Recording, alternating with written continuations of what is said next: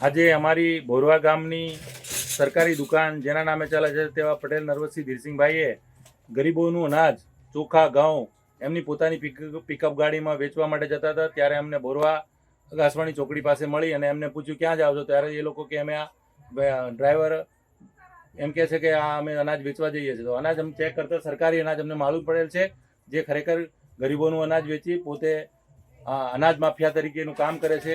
ખરેખર આ ઘણું જ ખોટું છે. સરકારે આ બાબતે ગંભીર કાયદેસર કાર્યવાહી કરવી જોઈએ અને કડકમાં કડક પગલાં લેવા જોઈએ. આ સરકારની અનાજની દુકાનની લાયસન્સ સસ્પેન્ડ કરવું જોઈએ, આવી અમારી માંગ છે.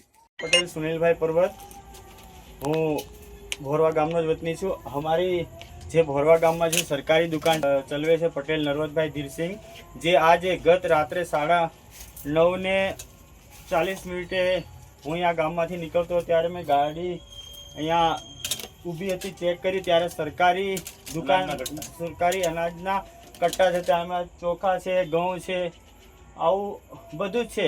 અને આ કાયમ માટે દર મહિને આ રાત્રિના સમયે સરકારી દુકાનનું સામાન વેચવા નીકળે છે એવા મેસેજ બી હતા અને આજે રૂબરૂ પકડાવી ગયો છે. અને અમારી જે ભોરવા ગામની ગરીબ પ્રજા છે એમનું કાયમ માટે અનાજ બારોબાર સગે વગે કરે છે અને વેચી દે છે. મારું નામ પટેલ સુનિલભાઈ પર્વતભાઈ. આજરોજ તારીખ 9/5/2026ના રોજ મધરાતે 9:30 મને ફોન આવતા આકાશવાણીની આગળ ચોકડી પર મને ફોન આવતા ત્યાંથી એવું જાણવા મળે કે મહિન્દ્રા પિકઅપની અંદર સરકારી અનાજનો જથ્થો વહન થઈ રહ્યો છે.